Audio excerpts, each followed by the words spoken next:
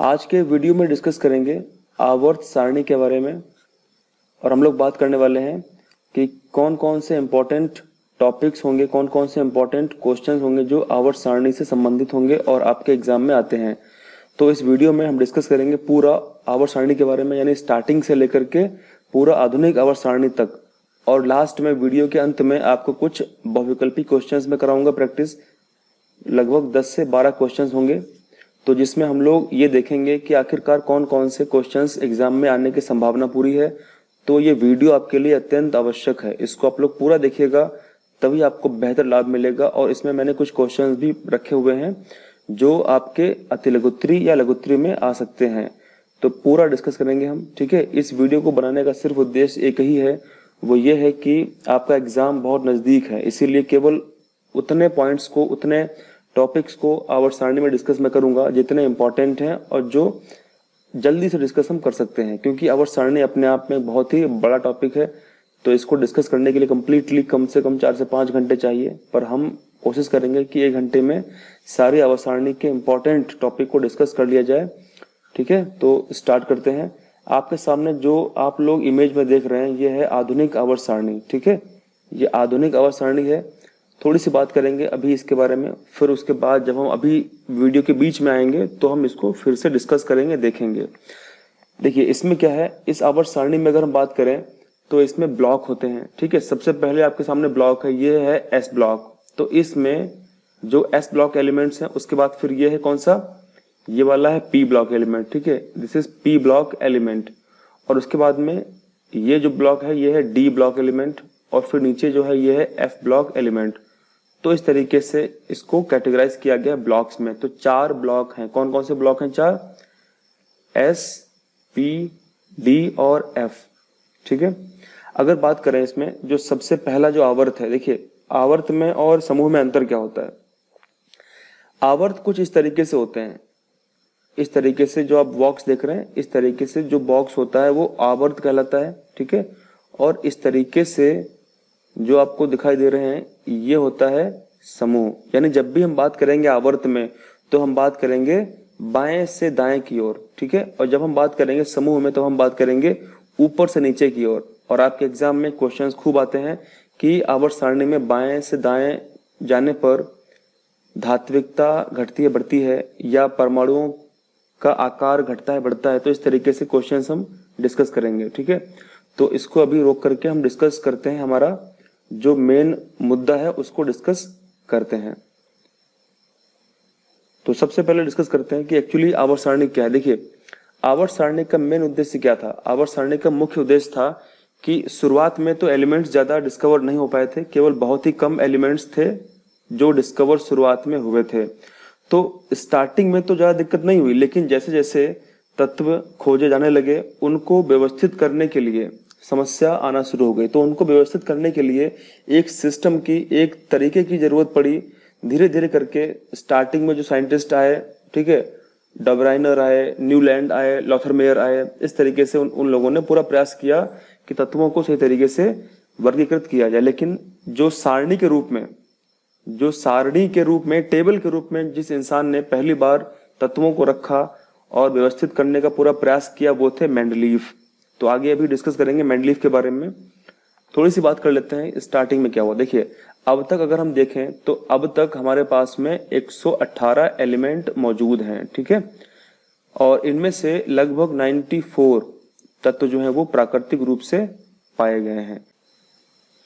बस केवल एक ही ध्यान रखेंगे आप कि 118 तत्वों में से केवल 94 तत्व जो है वो प्राकृतिक रूप से प्राप्त किए गए, और बाकी के जो एलिमेंट हैं वो कृत्रिम रूप से बनाए गए।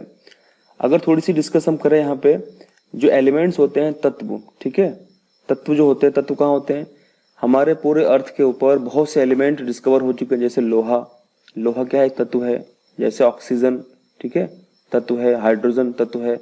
तो इस प्रकार से हमारी आवर्त सारणी में कुल 118 तत्वों को रखा गया है। अभी हो सकता है कि आने वाले समय में कुछ और तत्व डिस्कवर किए जाएं, उनको भी प्लेस कर दिया जाएगा। तो इस तरीके से चीजें आगे होंगी। अगर बात करें तत्वों के अंदर क्या होता है, तो तत्व जो होते हैं वो धातुएं हो सकती हैं, अधातुएं हो सकती हैं और मेटेलॉइड्स हो सकते हैं। तो हमारी आवर्त सारणी के भीतर धातुएं भी हैं, अधातुएं भी हैं और उपधातुएं भी हैं। अगर आपसे क्वेश्चन पूछता है कि आवर्त सारणी में सबसे अधिक क्या है, धातुएं हैं या अधातुएं या उपधातुएं, तो इसका आंसर क्या है? इसका आंसर धातुएं हैं।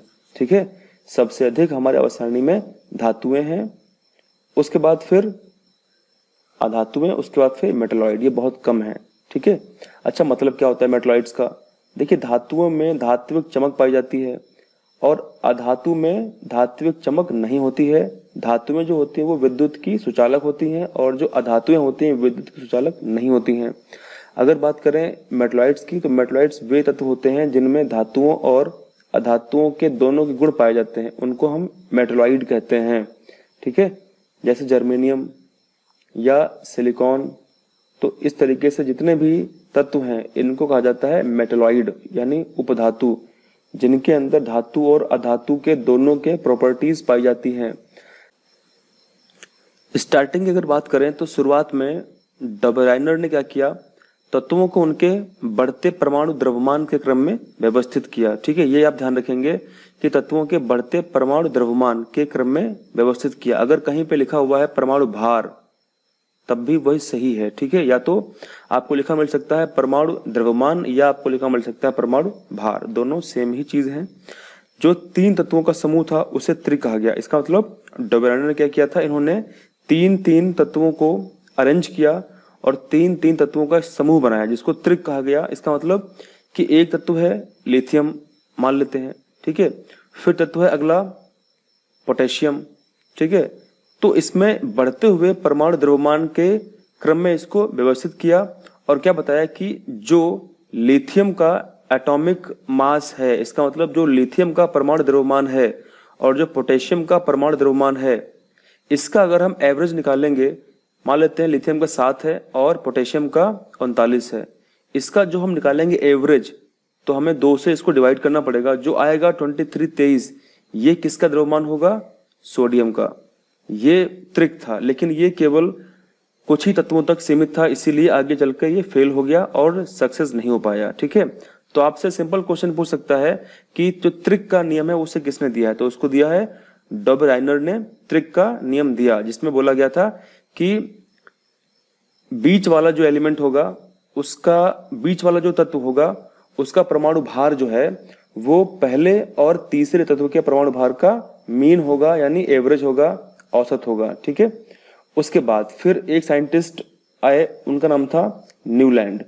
न्यूलैंड ने अपना कुछ नियम दिया। ठीक है, अब थोड़ी सी बात कर लेते हैं कि न्यूलैंड ने कौन कौन से नियम दिए। तो न्यूलैंड ने एक नियम दिया जिसको बोला गया अष्टक का सिद्धांत। इसमें अष्टक की बात करी गई थी। अष्टक का मतलब क्या होता है? देखिए, तत्वों को उनके बढ़ते द्रव्यमान के क्रम में व्यवस्थित किया।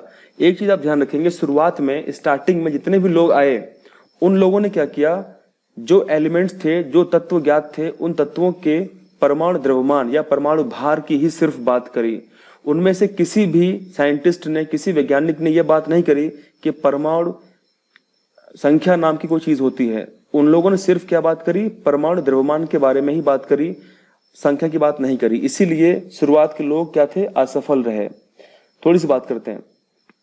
सबसे पहले आप ध्यान रखेंगे कि तत्वों को उनके बढ़ते द्रव्यमान के क्रम में व्यवस्थित किया गया, और ये तीनों ने किया। किस किसने किया? सबसे पहले डबराइनर, उसके बाद न्यूलैंड, उसके बाद मेंडलीव। तीनों ने ही सेम काम किया। ठीक है, परमाणु द्रव्यमान को उसके बढ़ते हुए क्रम में व्यवस्थित किया। उसके बाद क्या हुआ? जब ऐसा किया उन्होंने, तो न्यूलैंड ने पाया कि प्रत्येक 8वें तत्व का जो गुणधर्म है, जो कैरेक्टर है, वो पहले तत्व के गुणधर्म के समान है। इसका मतलब 1 2 3 4 5 6 7। ठीक है, 7 ये है। उसके बाद में जो 8वां एलिमेंट होगा वो यहाँ पे आएगा। इसका मतलब कि जो पहला जो एलिमेंट था और जो 8वां तत्व है, इनके जो कैरेक्टर हैं वो गुणधर्म एक जैसे हैं। इसका मतलब पहले तत्व के और 8वें के जो कैरेक्टर हैं वो एक समान है, ऐसा इन्होंने पाया। लेकिन ये भी केवल कुछ तत्व तक ही सीमित था, यानी कैल्शियम तक ही सीमित था। उसके बाद ये फेल हो रहा था। तीसरा पॉइंट देखें तो न्यूलैंड ने इसकी तुलना संगीत के अष्टक से की और इसलिए इसके अष्टक का सिद्धांत कहा जाता है। तो अगर हम इसको और सिंप्लीफाई करने का प्रयास करें तो हम सब जानते हैं कि संगीत में सा रे गा मा पा धा नी सा, ठीक है, ये होता है। तो यहाँ पे हुआ क्या? जो सा है, सा रे गा मा पा धा नी। अब ये बताओ 1 2 3 4 लेके 7 तक यहाँ पे, ठीक है। उसके बाद क्या हुआ, फिर जो 8वां एलिमेंट होगा वो 1 के नीचे आएगा यहाँ पे, और जो तत्व 8वां होगा उसका जो गुणधर्म है वो पहले तत्व के जैसे होगा, समान होगा, ऐसा बताया। लेकिन ये सिर्फ कैल्शियम तक ही सीमित था, ठीक है। हम मान लेते हैं कि जो फर्स्ट एलिमेंट है हाइड्रोजन और जो 8वां एलिमेंट है फ्लोरीन, इसके जो करेक्टर हैं, गुणधर्म हैं, वो क्या होंगे, समान होंगे। पहले और 8वें तत्व के गुणधर्म समान होंगे, ऐसा कहा गया, ठीक है। थोड़ी कमी की बात कर लेते हैं। यह सिद्धांत केवल कैल्शियम तक ही लागू होता था। इसका मतलब कैल्शियम के आगे जितने एलिमेंट्स थे उनमें ये गुणधर्म समान नहीं होते थे। तो कैल्शियम के बाद प्रत्येक 8वें तत्व का गुणधर्म पहले तत्व के जैसा नहीं मिलता था, इस वजह से इसको फेल कर दिया गया, ठीक है। थोड़ी सी अगर और यहाँ पे बात करने की कोशिश करें तो न्यूलैंड के अनुसार, ठीक है, न्यूलैंड के अनुसार प्रकृति में केवल 56 तत्व ही विद्यमान है तथा भविष्य में कोई अन्य तत्व नहीं मिलेगा, ऐसा कुछ बताया था न्यूलैंड ने। ये लेकिन बहुत ही गलत था, क्योंकि बहुत से एलिमेंट ऐसे थे जो अभी खोजे नहीं गए थे, लेकिन बाद में उम्मीद थी कि वो खोजे जाएंगे। तो ये कमियां थी। अगर आपसे क्वेश्चन पूछता है कि न्यूलैंड के अष्टक नियम की कौन कौन सी कमियां थी, तो आप ध्यान रखेंगे पहला कमी क्या थी, यह सिद्धांत केवल कैल्शियम तक लागू होगा। कैल्शियम के बाद के जो तत्व होंगे, ठीक है, उनमें लागू नहीं होगा। अगला है, न्यूलैंड के अनुसार क्या कहा गया था कि प्रकृति में केवल 56 तत्व ही विद्यमान है, भविष्य में कोई अन्य तत्व नहीं मिलेगा, ये कमी थी। उसके बाद फिर कमाल संभाल ली मेंडलीव ने। अब एंट्री होती है मेंडलीव की मूवी के अंदर। तो मेंडलीव बहुत ही ग्रेट साइंटिस्ट है। इन्होंने पूरा सिस्टम से और सोच समझ करके एक पूरा ब्लॉक बनाया। उस ब्लॉक के अंदर एलिमेंट्स को रखा और उसके बाद में वो जो चाहते थे वो सक्सेस उनको मिल गई। तो एक चीज ध्यान रखेंगे कि जिस समय मेंडलीव की आवर्त सारणी की बात हो रही थी उस समय सिर्फ 63 तत्व ही ज्ञात थे, ठीक है। तत्वों के वर्गीकरण के मुख्य श्रेय किसको जाता है, दिमित्री इवानोविच, या रूस के साइंटिस्ट थे। इन्होंने तत्वों का वर्गीकरण किया शुरुआत में, ठीक है। इन्हीं को श्रेय जाता है। इसका मतलब अगर आपसे क्वेश्चन पूछता है कि जो आवर्त सारणी है, जो तत्वों की आवर्त सारणी है, उसको किसने विकसित किया है, तो इसका आंसर मेंडलीव होता है, ठीक है। इसका आंसर मेंडलीव ही होगा, क्योंकि मेंडलीव ने ही पहली बार सारणी बनाई थी, ठीक है। और सारणी के अंदर ब्लॉक रखे थे, उन ब्लॉक के अंदर एलिमेंट्स को फिट किया था, रखा था। तो सबसे पहला श्रेय इन्हीं को जाता है। थोड़ी सी अगर बात करें कि मेंडलीव ने तत्वों को उनके बढ़ते हुए परमाणु द्रव्यमान के क्रम में व्यवस्थित किया, ठीक है। तीनों ने ही सेम काम किया, तत्वों के परमाणु द्रव्यमान के बढ़ते हुए क्रम में व्यवस्थित किया, ठीक है। और आवर्त सारणी उसे कहा गया। थोड़ी सी अगर और बात करें तो उन्होंने देखा, एक अत्यंत इंपॉर्टेंट पॉइंट है, ठीक है, आप लोग इसको ध्यान रखेंगे कि मेंडलीव ने फोकस किया, मेंडलीव ने देखा कि समान भौतिक एवं रासायनिक गुणधर्म वाले विभिन्न तत्व एक निश्चित अंतराल के बाद फिर आ जाते हैं। इसी आधार पर मेंडलीव ने आवर्त सारणी बनाई, जिसका सिद्धांत क्या है, तत्वों के गुणधर्म उनके परमाणु द्रव्यमान का आवर्त फलन होते हैं। ये ध्यान रखेंगे आप लोग, ठीक है। ये कथन आपसे पूछ सकता है, आपसे कह सकता है कि यह कथन किसने कहा, क्या कहा कि तत्वों के गुणधर्म उनके परमाणु द्रव्यमान का आवर्त फलन होते हैं। तो ये मेंडलीव ने कहा, ठीक है। इनके बाद साइंटिस्ट आए मोजले। तो हेनरी मोजले ने इसका जस्ट उल्टा कर दिया, क्या बोला, आगे बात करेंगे उसके बारे में कि मेंडलीव के बाद में जो आधुनिक आवर्त सारणी आई थी उसको किसने विकसित किया और क्या क्या बातें बताई गई उसके बारे में। उसके बाद बात करते हैं समूह के बारे में। समूह क्या होता है, सारणी में जो 8 ऊर्ध्वाधर खाने हैं, वर्टिकल कॉलम्स हैं, उन्हें समूह कहते हैं। इस तरीके से वो खाने होंगे, ठीक है, इन्हें समूह कहते हैं। और जो इस तरीके से खाने होंगे उनको हम क्या कहेंगे, उनको आवर्त कहेंगे। इतना आपको पता है।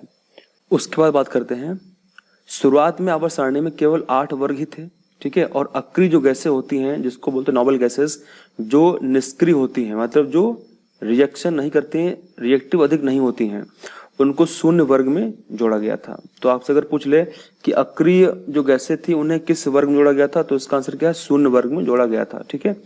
अगर बात करें आवर्त के बारे में, आवर्त क्या होता है, तो सबको पता है कि आवर्त क्या है, सारणी की क्षैतिज पंक्तियों, जो हॉरिजॉन्टल लाइंस होती हैं, उनको हम क्या कहते हैं, उन रोज को हम आवर्त कहते हैं, जिसको बोलते हैं पीरियड्स। कुल 7 आवर्त हैं, ठीक है, और प्रथम 3 आवर्त लघु हैं और बाद के जो शेष आवर्त हैं वो दीर्घ आवर्त कहलाते हैं। इसके बाद बात करते हैं कि मेंडलीव की आवर्त सारणी की उपलब्धियां कौन कौन सी रही हैं, ठीक है। सबसे पहले बात करते हैं कि कौन कौन सी उपलब्धियां थी। तो हम इस क्वेश्चन को हम लिख सकते हैं कि कौन कौन से गुण और कौन कौन से दोष थे। तो इस रेफरेंस में इसको हम लिख सकते हैं, ठीक है, क्योंकि जो उपलब्धियां होंगी वो गुण होंगे और जो सीमाएं होंगी वो उसके दोष होंगे। तो इस तरीके से भी इसको हम लिख सकते हैं। तो इसको हम समझते हैं कि कौन कौन सी उपलब्धियां होंगी। देखिए, उपलब्धियां इसकी ये थी कि आवर्त सारणी व्यवस्थित करते समय मेंडलीव को सारणी में अधिक द्रव्यमान वाले तत्व को कभी कभी कम द्रव्यमान वाले तत्वों से पहले रखना पड़ता था। क्रम इसलिए उलटना पड़ा ताकि समान गुणधर्म वाले तत्वों को एक साथ रखा जा सके, ठीक है। मतलब मेरा एजेंडा क्या था कि जो समान गुण वाले एलिमेंट्स थे उनको एक स्थान पर रखा जा सके, एक साथ रखा जा सके, ठीक है। उसके बाद में जैसे एग्जाम्पल के तौर पे कोबाल्ट, जिसका परमाणु द्रव्यमान 58.9 था, सारणी में निकिल से पहले रखा गया था, ठीक है। दूसरी अगर बात करें तो मेंडलीव ने अपनी सारणी में आवर्त सारणी में कुछ रिक्त स्थानों को छोड़ दिया था। इसके पीछे वजह क्या थी कि मेंडलीव को ऐसा लगता था कि भविष्य में कुछ और तत्व भी खोजे जाएंगे, इसीलिए मेंडलीव ने क्या किया, अपनी आवर्त सारणी में कुछ रिक्त स्थानों को छोड़ दिया था।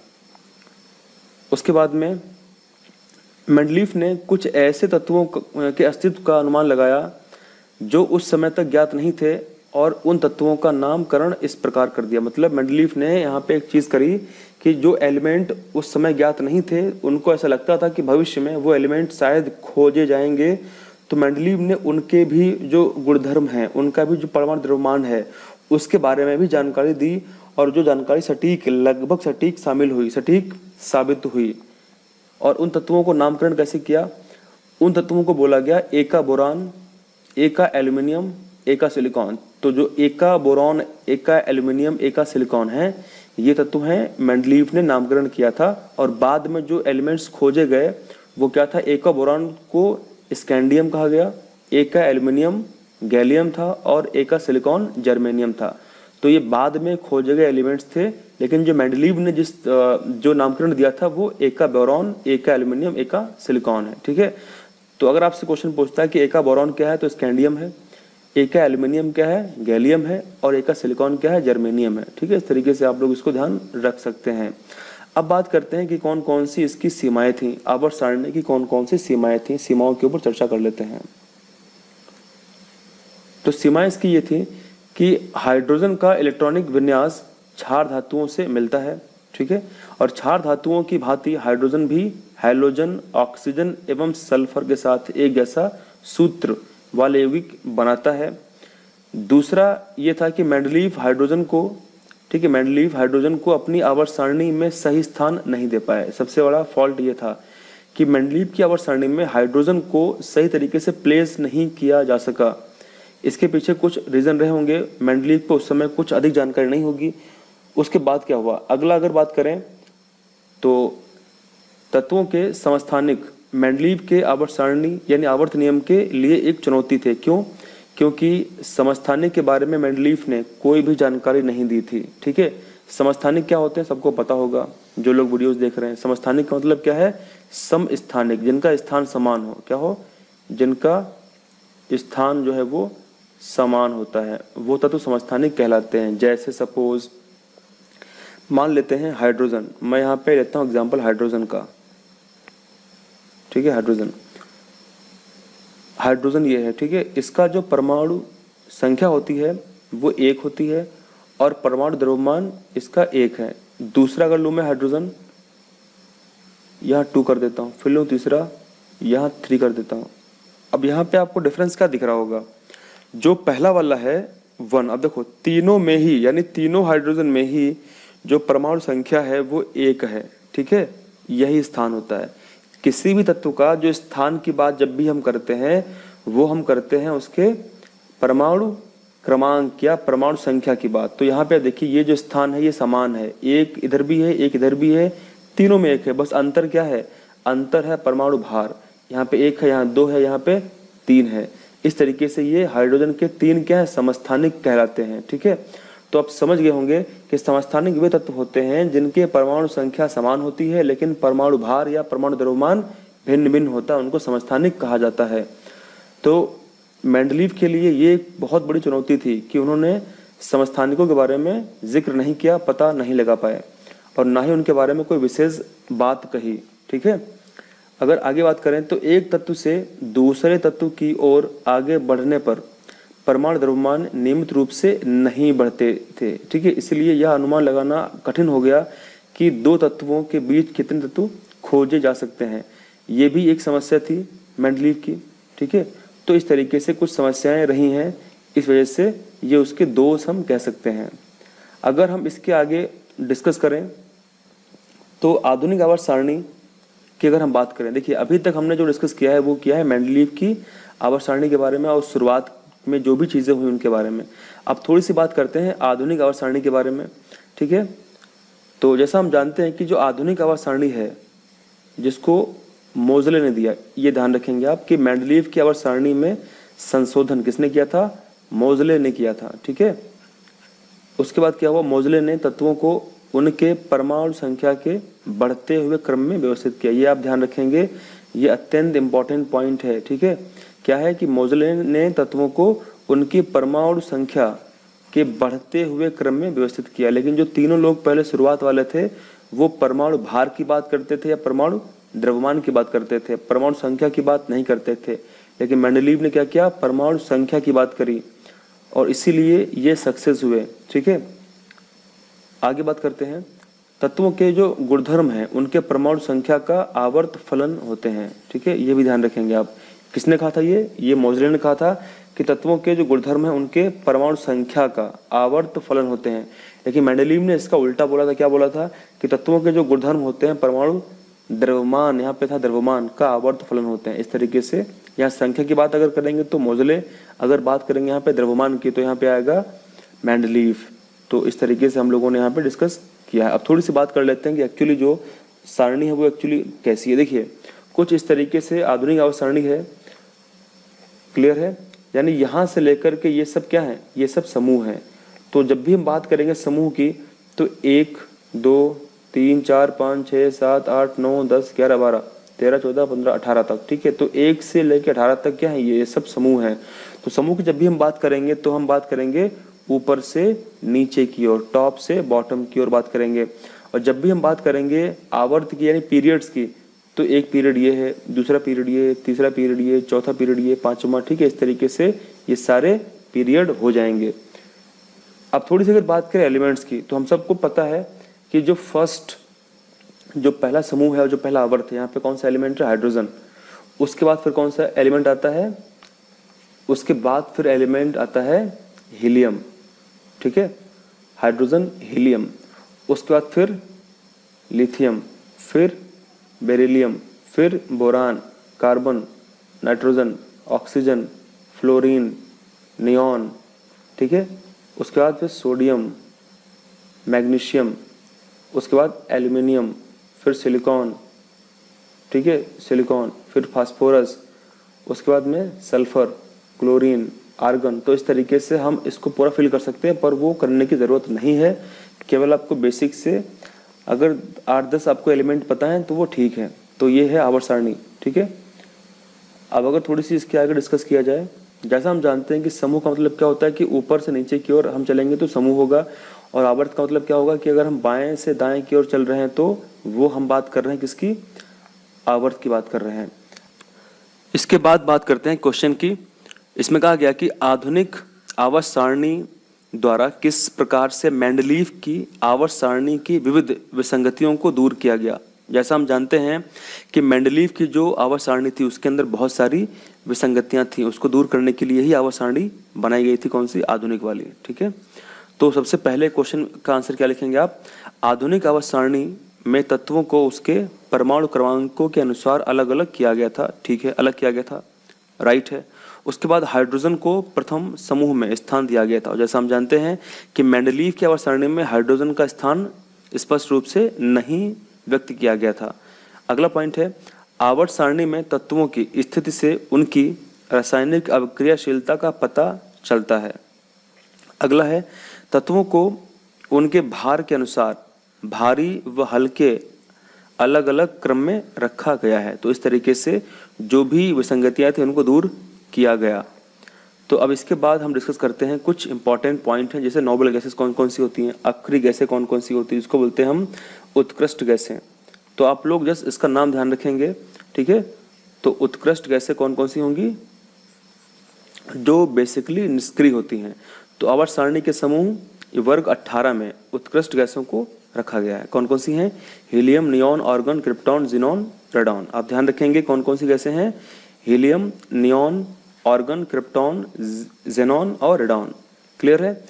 अब ये सब यहाँ पे क्वेश्चन ये आता है कि आखिरकार ये निष्क्रिय क्यों हैं, निष्क्रिय गैसें क्यों कही जाती हैं, क्योंकि इनकी जो आउटर मोस्ट सेल होगा उसमें जो इलेक्ट्रॉन्स होंगे वो कम्प्लीटली फिल होंगे।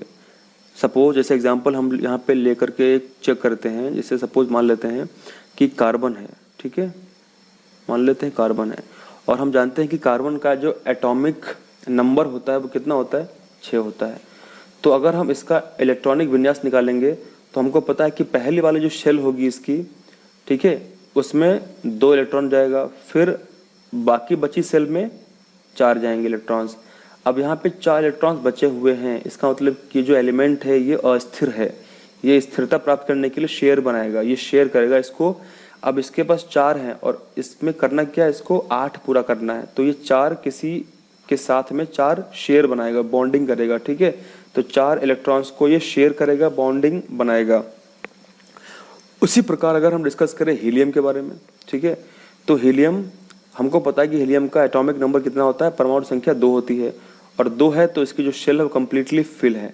इसी प्रकार आप देखेंगे कि हीलियम से लेकर के neon, argon, krypton, xenon, radon तक, इनके सभी के आउटर मोस्ट सेल, जो अंतिम जो सेल होंगे वो कम्प्लीटली फिल होते हैं, पूर्ण रूप से भरे होते हैं। इसका मतलब 2, 8, ठीक है, 8, 18, 18, 32, इस तरीके से पूरा फिल होता है। अगर फिल नहीं होगा तो फिर ये क्रियाशील तत्व होगा, इसीलिए ये निष्क्रिय होते हैं, क्योंकि इनके जो पूरे शेल होते हैं वो कम्प्लीटली फिल होते हैं, ठीक है।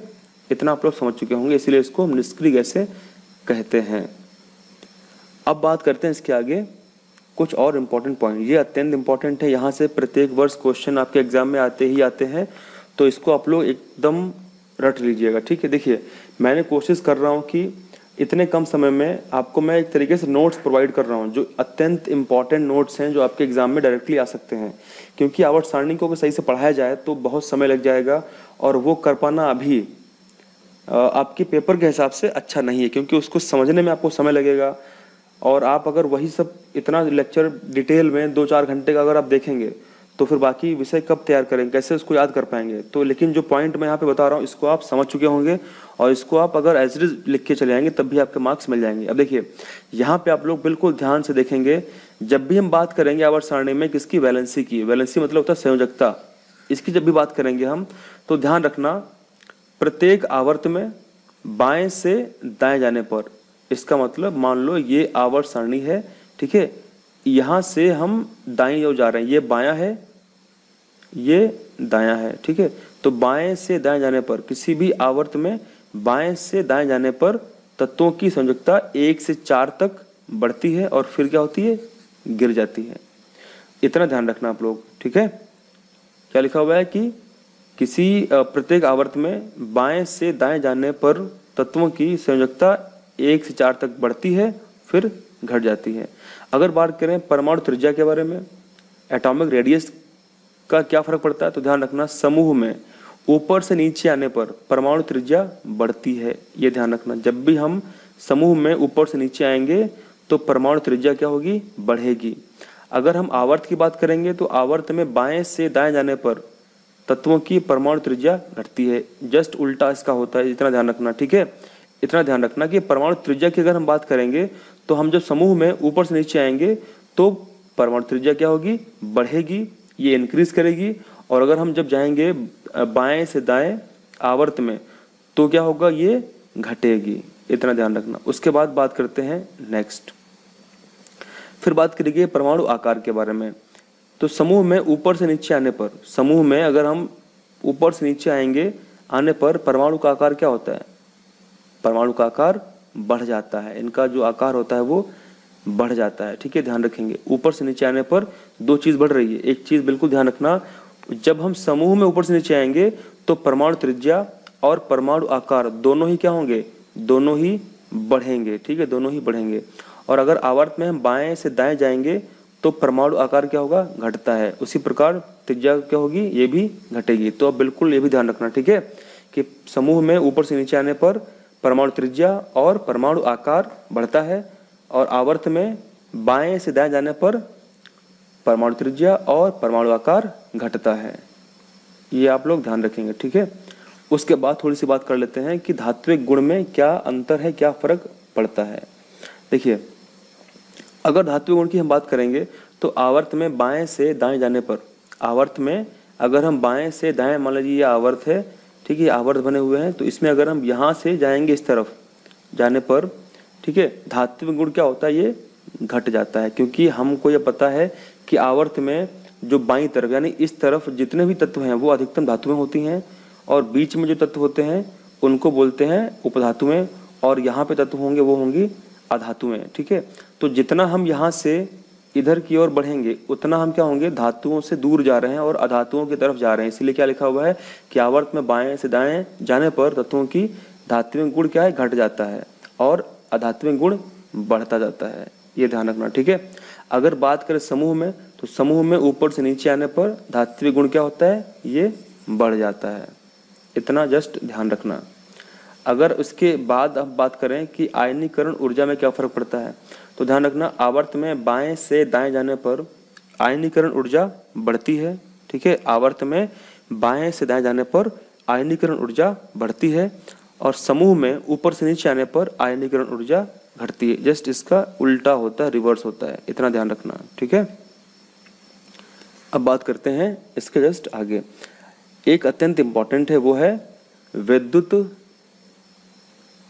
ऋणात्मकता। अत्यंत इंपॉर्टेंट है, इसको हम बोलते हैं इंग्लिश में इलेक्ट्रोनेगेटिविटी। विद्युत ऋणात्मकता आवर्त में बाएं से दाएं जाने पर, ठीक है, मान लेते हैं ये आवर्त है, ठीक है, ये आवर्त बने हुए हैं, हम यहाँ पे हम बाईं तरफ हैं। ठीक है, अगर हम बाएं से अगर दाएं जाएंगे तो हमको पता है कि सबसे जो इलेक्ट्रोनेगेटिव एलिमेंट है, जो सबसे ज्यादा विद्युत ऋणात्मक तत्व है, वो कौन है, फ्लोरीन है। और फ्लोरीन कहाँ पे है, यहाँ पे फ्लोरीन है। तो जैसे हम आवर्त में बाएं से दाएं की ओर जाएंगे तो क्या होगा, इलेक्ट्रोनेगेटिविटी बढ़ेगी, इंक्रीज करेगी, क्योंकि हम फ्लोरीन की तरफ बढ़ रहे हैं, इसीलिए क्या होगा, बढ़ती है। ठीक है, ये ध्यान रखना आप। और जब हम समूह में ऊपर से नीचे आते हैं तो क्या होगा, इलेक्ट्रोनेगेटिविटी घट जाती है। इतना ध्यान रखना। ठीक है, अगर आपसे क्वेश्चन पूछता है कि सबसे अधिक इलेक्ट्रोनेगेटिव एलिमेंट कौन सा है तत्व के सारणी के अंदर, तो आंसर होगा फ्लोरीन। ठीक है, ध्यान रखना, फ्लोरीन क्या है, फ्लोरीन सबसे अधिक विद्युत ऋणात्मक तत्व होता है, ये ध्यान रखना। तो आई होप कि आपके समझ में आ गया होगा, ये मैं उम्मीद करता हूं। अब हम देखते हैं इसके आगे। देखिए, आवर्त में बाएं से दाएं जाने पर तत्वों का घनत्व, ध्यान रखना, तत्वों का घनत्व क्वथनांक क्रमानुसार बढ़ता है तथा मध्य तत्व पर सबसे अधिक हो जाता है, परंतु आगे चलने पर घट जाता है। ये ध्यान रखना। ठीक है, मैंने क्या बोला कि आवर्त में बाएं से दाएं जाने पर तत्वों का घनत्व, ठीक है, कौमा क्वथनांक पहले बढ़ता है, उसके बाद क्या होता है, जब वो पहुंचते हैं मिडिल में तो मैक्सिमम हो जाता है, बहुत ज्यादा हो जाता है, और उसके बाद आगे बढ़ते हैं तो वो घट जाता है। फिर बात करते हैं पॉइंट नंबर 9 पे। आवर्त में ऑक्साइडों का क्षारीय गुण परमाणु क्रमांक के बढ़ने के साथ साथ घट जाता है, ये भी ध्यान रखना। ठीक है, आवर्त में ऑक्साइडों का क्षारीय गुण जो है वो परमाणु क्रमांक के बढ़ने के साथ साथ घट जाता है। अब बात करते हैं 10 नंबर पे। तत्वों का आवर्त में विद्युत धनात्मक गुण परमाणु क्रमांक की वृद्धि के साथ साथ घट जाता है, ये भी ध्यान रखना। ठीक है, क्या लिखा हुआ है, तत्वों का आवर्त में विद्युत धनात्मक गुण परमाणु क्रमांक की वृद्धि के साथ साथ घटता है, घट जाता है। ठीक है, ये भी अत्यंत इंपॉर्टेंट, इसको भी आप लोग ध्यान रखेंगे। अब यहाँ पे अगर आपसे क्वेश्चन पूछता है कि आवर्त सारणी में सबसे ज्यादा विद्युत धनात्मक तत्व कौन सा है, तो इसका आंसर सीजियम होगा। क्या होगा, सीजियम। ठीक है, सीजियम क्या है, सीजियम सबसे अधिक विद्युत धनात्मक तत्व कहलाता है आवर्त सारणी के अंदर। अब बात करते हैं इसके आगे। अब इसके आगे कुछ इंपॉर्टेंट क्वेश्चंस हैं, जरा उन क्वेश्चंस को हम डिस्कस कर लेते हैं, क्या करके उनको हम देख लेते हैं। ठीक है, तो सबसे पहला क्वेश्चन क्या है कि किसी समूह में ऊपर से नीचे आने पर, अब यहाँ पे ध्यान देना आप, किसी समूह में ऊपर से नीचे आने पर क्या होता है? आयनिक त्रिज्या घटती है, सुचालकता घटती है, धात्विक या घनत्व घटता है, या धात्विकता बढ़ती है। अभी हमने क्या देखा था कि किसी भी तत्व में जब हम ऊपर से किसी भी आवर्त में, किसी भी आवर्त सारणी में, हम समूह की बात कर रहे हैं, ठीक है, किसी भी आवर्त सारणी में समूह में जब हम ऊपर से नीचे आएंगे तो धात्विकता क्या होगी? बढ़ती है। तो इसका आंसर क्या होगा? इसका आंसर डी होगा। ठीक है, 4 होगा, धात्विकता बढ़ जाती है, इसको ध्यान रखना आप। बात करते हैं क्वेश्चन नंबर 2 में। मेंडलीव की आवर्त सारणी में आवर्तों की संख्या कितनी थी? आवर्त कितने थे? तो आवर्त 7 थे। ठीक है, अब बात करते हैं इसके आगे। तो अगला पॉइंट इसमें कहा गया है कि किसी लघु आवर्त में बाएं से दाएं चलने पर तत्वों की हाइड्रोजन के प्रति संयोजकता क्या होती है? आपको बताना है कि किसी लघु आवर्त में बाएं से दाएं जाने पर तत्वों की हाइड्रोजन के प्रति संयोजकता क्या होती है? तो हम सबको पता है, पहले 1 से 4 तक बढ़ती है, फिर 4 से 1 तक घट जाती है। तो इसका आंसर क्या होगा? इसका आंसर डी करेक्ट होगा। बात करते हैं क्वेश्चन नंबर 4।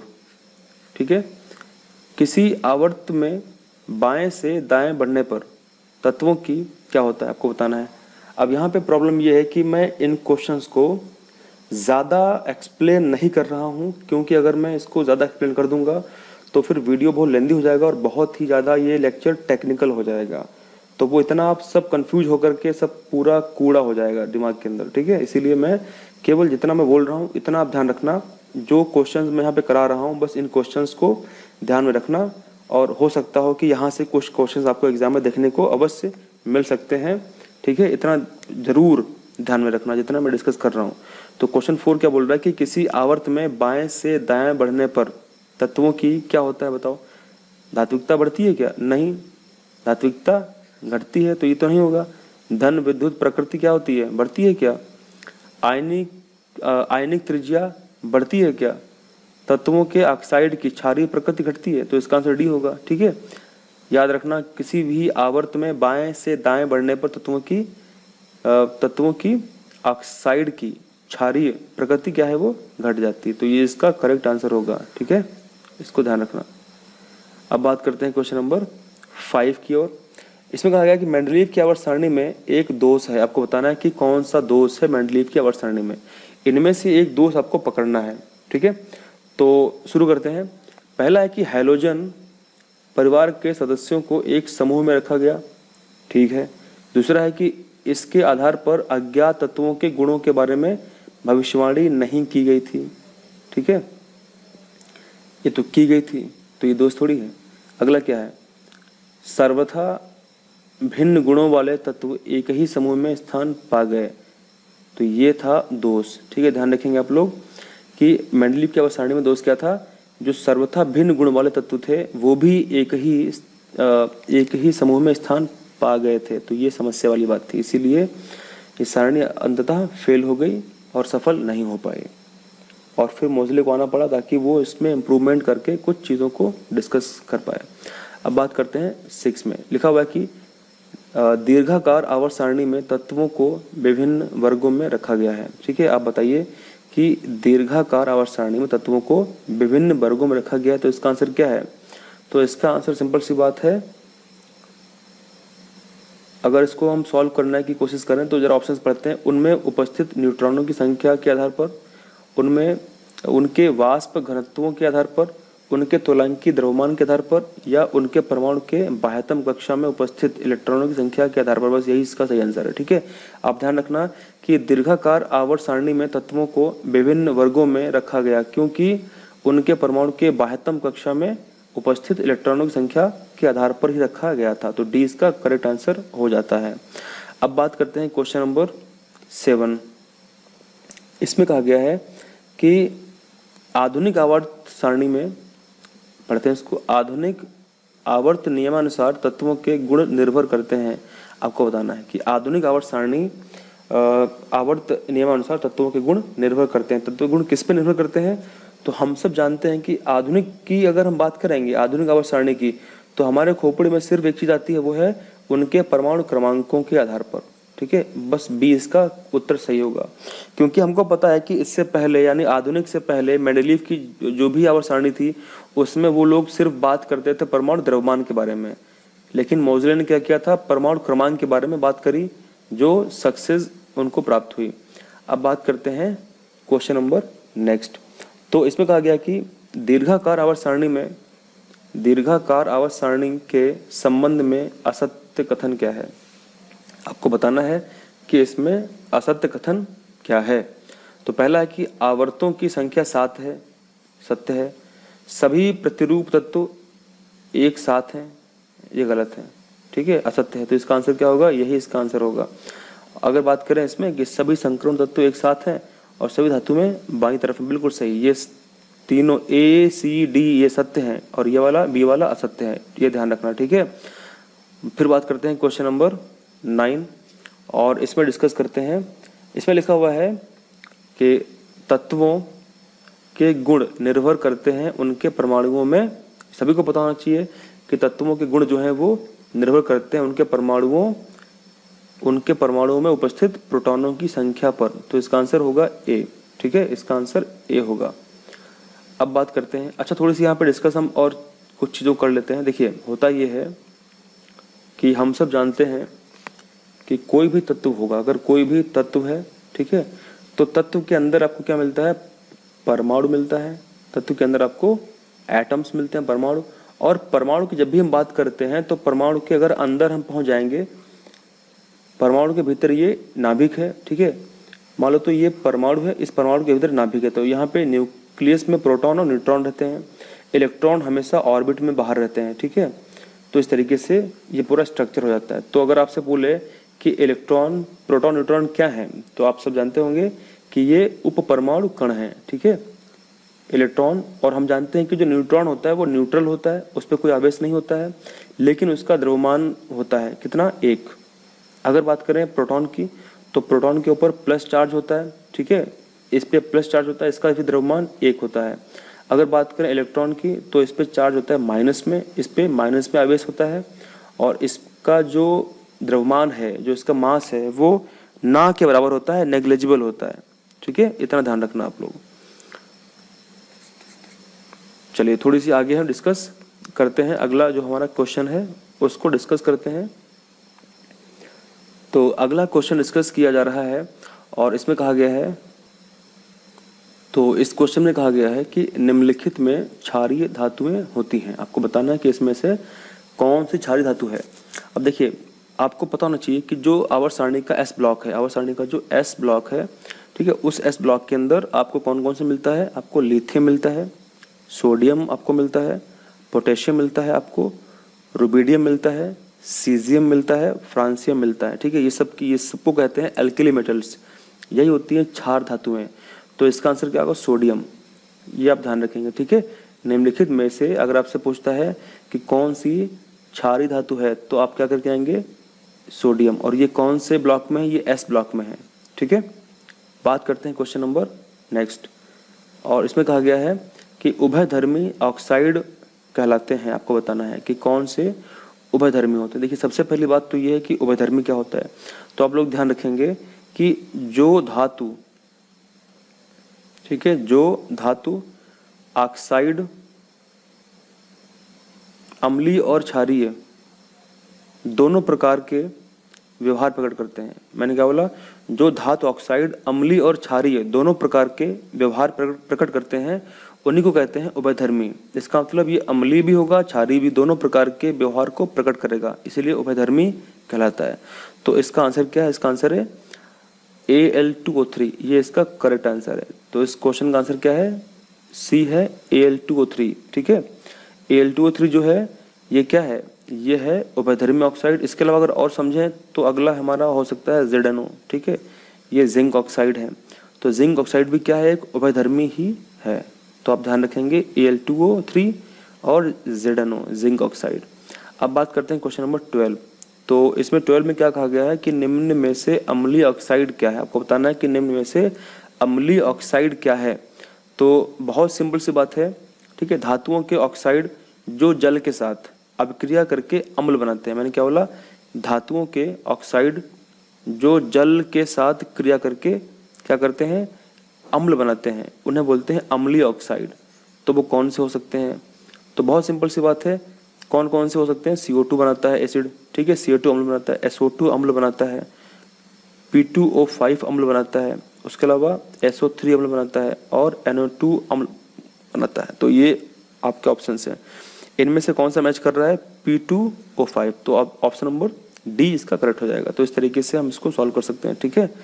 तो यहाँ पे हम लोगों ने डिस्कस कर लिया है, जो जो इसके इम्पोर्टेंट पॉइंट्स हैं वो डिस्कस कर लिए हैं। तो मैं कोशिश करता हूँ कि, मैं आशा करता हूँ कि इसमें जो भी डिस्कस हमने किया है वो अत्यंत इंपॉर्टेंट है और वहाँ से क्वेश्चन एग्जाम में आने के चांसेस पूरे पूरे हैं, ठीक है। अब थोड़ी सी बात और डिस्कस कर लेते हैं तत्व के बारे में, ठीक है। अब अगर आपसे पूछता है क्वेश्चन के अंदर, अगर आपसे डिस्कस करता है कि परमाणु संख्या क्या होती है, अगर आपसे पूछता है कि परमाणु संख्या एटॉमिक नंबर क्या होता है, तो आप क्या बताएंगे कि परमाणु संख्या बराबर प्रोटॉनों की संख्या, ठीक है, बराबर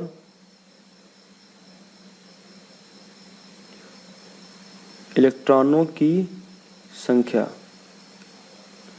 तो जब भी हम बात करेंगे किसी भी एलिमेंट का एटॉमिक नंबर, तो हम क्या समझेंगे, हम समझेंगे उसमें प्रोटॉनों की संख्या और उसमें इलेक्ट्रॉन की संख्या ये बराबर होती है, ठीक है। इन्हीं को या तो हम बोल देंगे कि अगर सपोज मान लो कि कार्बन है, ठीक है, मान लेते हैं कार्बन एक तत्व है, तो इस कार्बन में बीच में न्यूक्लियस होता है, ठीक है, नाभिक है, उसमें प्रोटॉन है, न्यूट्रॉन है। तो अगर हम बोले कि ये कार्बन जो है इसका एटॉमिक नंबर कितना है, इसकी परमाणु संख्या कितनी है, तो आप बोलोगे 6 है। इसका मतलब क्या है कि इसमें 6 प्रोटॉन होंगे और 6 इलेक्ट्रॉन होंगे। कैसे होंगे इलेक्ट्रॉन, सबसे पहले यहाँ पे 6 प्रोटॉन है, ठीक है, और जो पहली सेल है इस सेल में 2 होंगे इलेक्ट्रॉन और फिर जो लास्ट वाली सेल है इसमें 4 होंगे इलेक्ट्रॉन।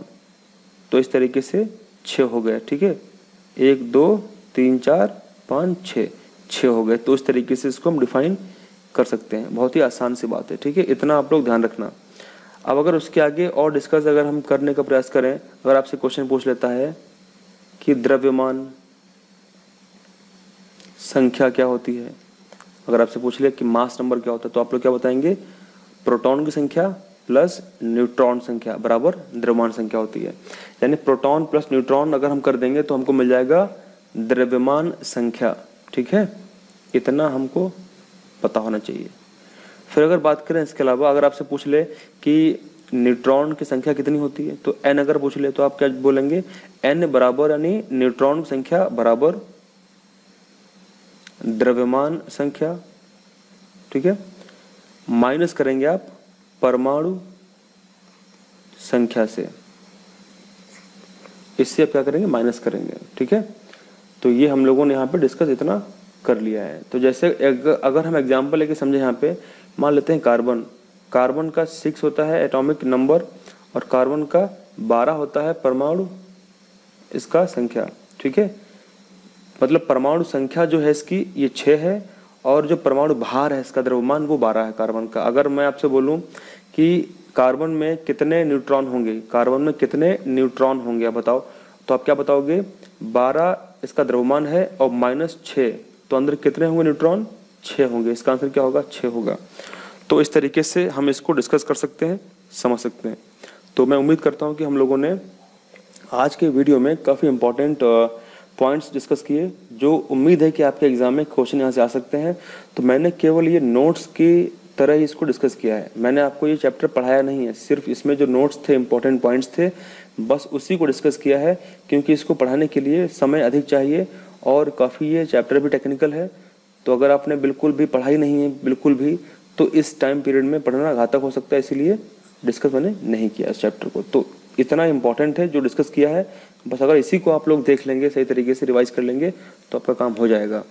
तो थैंक यू वेरी मच। जय हिंद, जय भारत।